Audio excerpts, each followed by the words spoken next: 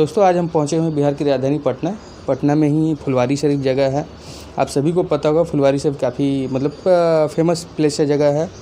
तो वहाँ एक बिरला कॉलोनी है, आपको FCI गोडाउन से जो उसका रास्ता है आ सकते हैं। और यहाँ मैं देख पा रहा हूँ कि यदि आप यहाँ आते हैं तो काफ़ी कुछ आपको सीखने के लिए मिलेगा। ये वैसे तो आपको डेयरी फार्म यदि स्टार्ट करना होता है तो आप जो है 2 गाय से जनरली स्टार्ट कर सकते हैं। कहीं आपको छोटा सा जगह है वहाँ से भी स्टार्ट कर सकते हैं। लेकिन एक मॉडर्न डेयरी फार्म किस तरह का होना चाहिए, क्या क्या फैसिलिटीज़ होनी चाहिए, वो सारी चीज़ें हमने यहाँ पे देखा है। आप यहाँ पे देख पा रहे हैं बगल में आपको ऑफिस भी है, इनका यहाँ पे बनाया गया है, रंजन डेयरी फार्म करके है नाम, और ऑफिस बनाया गया। ऑफिस में सारी फैसिलिटीज़ रखी हुई हैं। देख पा रहे हैं आपको फैट वाली मशीन है जो कि फ़ैट चेक करते हैं। यहाँ के ऑनर है बाहर रहते हैं, लेकिन उन्होंने CCTV लगा के रखा हुआ है। CCTV से उनका बेनिफिट ये है कि वो कहीं से भी देख लेते हैं कि वो कैसे यहाँ मैनेज हो रहा है। हमने अक्सर डेयरी फार्म पे विज़िट किया तो लोग वहाँ बताते हैं कि आप लेबर के भरोसे न छोड़ें, तो इनका बिल्कुल ऐसा मानना नहीं। उनका कहना है कि लेबर के भरोसे रहे, लेकिन आप उसको प्रॉपर मैनेजमेंट यानी कि आप उस पर देखभाल हमेशा करते रहें। आप यहाँ पे देख पा रहे हैं इनका जो पैकिंग, यानी कि दूध जो है इस तरह से पैक होकर जो है सेल होता है। रंजन करके आपको मिलेगा, ये बोतल है, 1 लीटर का बोतल है।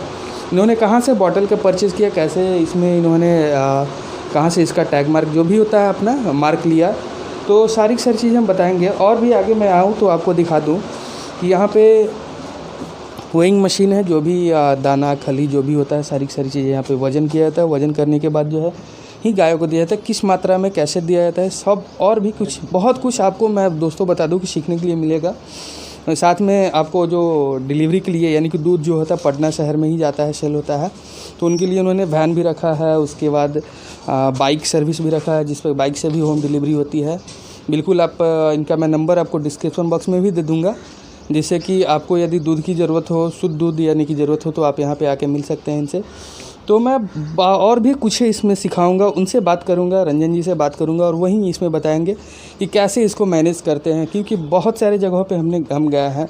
मैं फिर से इस बात को बता दूं कि हम जहाँ भी जाते हैं तो वहाँ पे लोगों का ये मानना होता है कि लेबर के भरोसे आप डेयरी फार्म को नहीं मैनेज कर सकते। बिल्कुल इन्होंने इस चीज़ को गलत साबित करके रखा है। इन्होंने हर फैसिलिटीज़ को रखा है जिससे कि ये मैनेज कर लेते हैं, दूर रहकर भी इसको मैनेज कर लेते हैं। इसके अलावा भी इनके बहुत सारे बिजनेसेज है, उनको संभालते हुए इस डेयरी फार्म को जो है पिछले 1.5 सालों से मैनेज कर रहे हैं। तो मैं कहना चाहूँगा यदि हमारे चैनल पे आप हमारे चैनल पे नए हैं तो पहले आप इसको सब्सक्राइब कर लीजिए और साथ में बेल आइकन का भी बटन को प्रेस कर लीजिए, ताकि जब भी मैं वीडियो बनाऊँ तो आपको अपडेट्स जो है मिलता रहे। तो हम पहुँच चुके हैं, उस समय मैं आपको गेट पर था, अभी मैं फार्म पे आ चुका हूँ। अंदर में ही है, ज़्यादा रास्ता नहीं है उसमें। तो यहाँ पे आप देख रहे हैं कि हरा चारा, यानी कि हरा चारा इन्होंने अपने यहाँ प्रोडक्शन न करके ये सेल कर इसका परचेजिंग करते हैं, परचेज करके लाते हैं। फिर भी ये जो है प्रॉफिट ले पा रहे हैं, कैसे ले पा रहे हैं, इनको ये सारी चीज़ें मैं जानूँगा।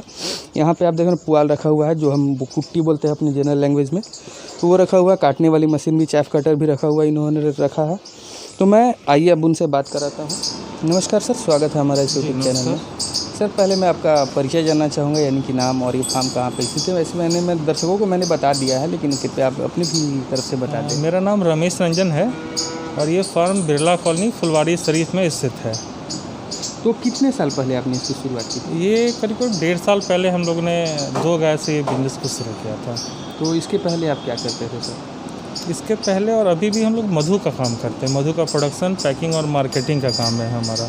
तो फिर आपने क्या सोच के डेयरी फार्म को स्टार्ट किया सर? गाय से प्रेम था, इसलिए हम ने ये डेयरी फार्म का मतलब कि बचपन से आपको लगाव था इसमें, आप इसमें आ गए? हाँ। तो जब स्टार्ट किए थे तो बहुत सारे प्रॉब्लम्स होते हैं, क्योंकि ये जो ब्रीड है HF वाली, इसमें मैं समझता हूँ कि रोग प्रतिरोधक क्षमता बहुत कम होती है। जी जी। तो उस समय फिर आपको क्या क्या परेशानियाँ झेलनी हुई थी जो 2 गाय से जब शुरुआत आपने किया था सर? गाय के बारे में कुछ खास एक्सपीरियंस था नहीं, क्योंकि हमारे पास इसके पहले कभी गाय थी नहीं, कभी नहीं थी। और लोग भी यहाँ शुरू में बहुत डिस्करेज किए कि नहीं, गाय का बिजनेस ठीक नहीं है, गाय मर जाएगी, प्रॉब्लम होगी। तो कुछ डॉक्टर से हमने सजेशन लिया। उन्होंने बोला कि जिनकी गाय मरती है उनका मैनेजमेंट सही नहीं होता है, कि आप अच्छे से साइंटिफिक तरीके से कीजिए, ज़रूर फ़ायदा होगा। और ये बिजनेस में फ़ायदा तभी है जब आपका दूध का रेट अच्छा मिले।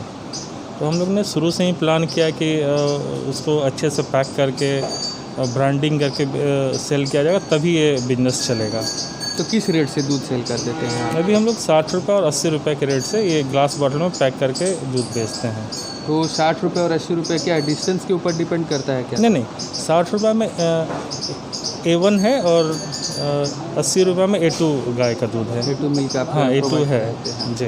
तो यहाँ से भी कस्टमर आके ले जाते हैं क्या? जी यहाँ से भी लेके जाते तो हैं। यहाँ से जो लेते हैं वो किस रेट से ले जाते हैं? यहाँ से जो लेके आते हैं वो 45 रुपये के रेट से लेके जाते 45 हैं। रुपये। तो 1.5 साल पहले आपने शुरुआत की थी, तो किस गाय से, कौन कौन सी गाय से आपने इसकी शुरुआत की थी सर?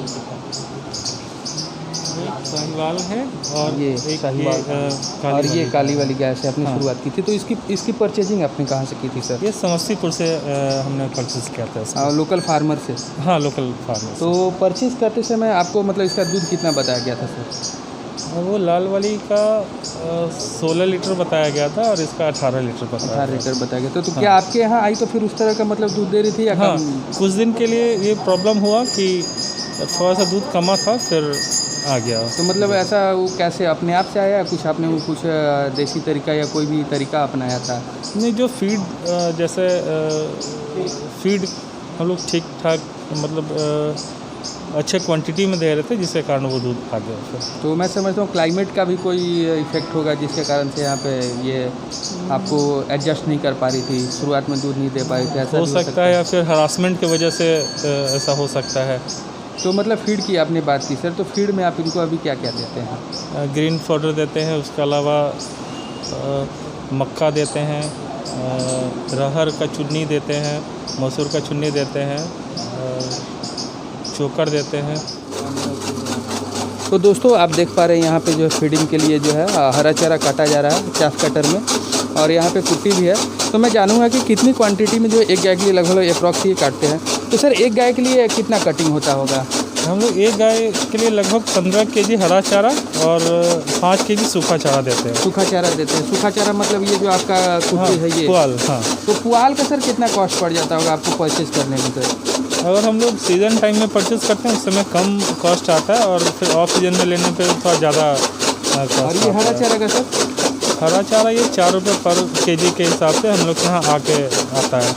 4 रुपये पर केजी के हिसाब से पूरा ट्रांसपोर्टेशन सब कुछ लेके? हाँ इंक्लूडिंग ट्रांसपोर्टेशन। जी। तो और मैं जानना चाहूँगी सर, आप दाना जो प्रिपेयर करते हैं हाँ वो आप कैसे सर करते हैं? थोड़ा सा आप हमें वो भी बता दें कि आप उसको किस हिसाब से कैसे प्रिपेयर करते हैं। जी जरूर। तो सर मैं देख पा रहा हूँ दर्शकों, आप देखेंगे यहाँ पे कि यहाँ पे रोस्टेड मक्का है। सर ये आपको कौन सा रोस्टेड मक्का है या क्या है? ये रोस्टेड मक्का है। रोस्टेड है। तो फिर कितनी क्वांटिटी में आप इसको डालेंगे सर इसमें? ये टोटल 200 केजी इसमें लिखा जाता है। कितने टाइम में लगभग एक अप्रॉक्स 200 केजी सीखने में 1 घंटा लगता है। 1 घंटा लग जाता है। तो 200 केजी आप इसको डालेंगे, इसके बाद फिर क्या डाला जाएगा सर? फिर उसके बाद दाल डाला जाएगा। वो 50 केजी के मात्रा में? हाँ वो 50 केजी। तो पूरा का पूरा मतलब कि इसी में सारा का सारा प्रिपेयर हो जाए। तो सर ये अपने मशीन कहाँ से परचेज किया था? ये ऑनलाइन हमने मंगाया था। जी। तो ये मतलब कि आसानी से कहीं भी उपलब्ध हो पाएगी ये मशीन? हाँ लगभग इसमें चारा भी कट जाता है। चारा भी इसमें कट जाता है। कितना इसका कॉस्ट पड़ा होगा सर? ये करीब 25,000 रुपये का था बिना मोटर का। बिना मोटर का 25,000 का। तो सिंगल फेज से ऑपरेट होता है या डबल? सिंगल फेज से ऑपरेट होता है और इसमें 3 HP का मोटर लगा हुआ है। 3 HP का मोटर लगा हुआ। हाँ और भी मैं दिखाऊंगा आपको, और भी जो दाना डाले जाएंगे वो सारी की सारी चीज़ें मैं आपको इसमें दिखाऊंगा, और फिर लास्ट में मैं इनसे भी बात करूंगा कि ये कैसे इसको फिर और भी सारी चीज़ें। और इस वीडियो का अगला भाग सेकंड पार्ट में दिखाया जाएगा, तो कृपया उस भाग को भी देखना न भूलें। Thanks for watching. मिलते हैं अगले भाग में।